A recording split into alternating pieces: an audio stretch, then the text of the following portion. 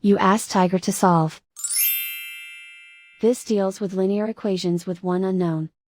The final result is x equals 6. Let's solve it step by step.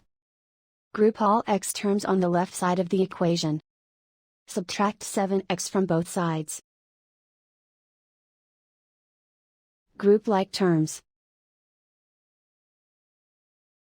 Simplify the arithmetic. Group like terms. Simplify the arithmetic. Group all constants on the right side of the equation.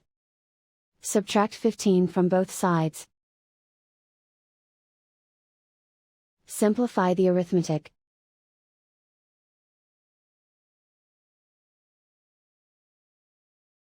Isolate the x. Divide both sides by -6. Cancel out the negatives. Simplify the fraction. Cancel out the negatives. Find the greatest common factor of the numerator and denominator. Factor out and cancel the greatest common factor.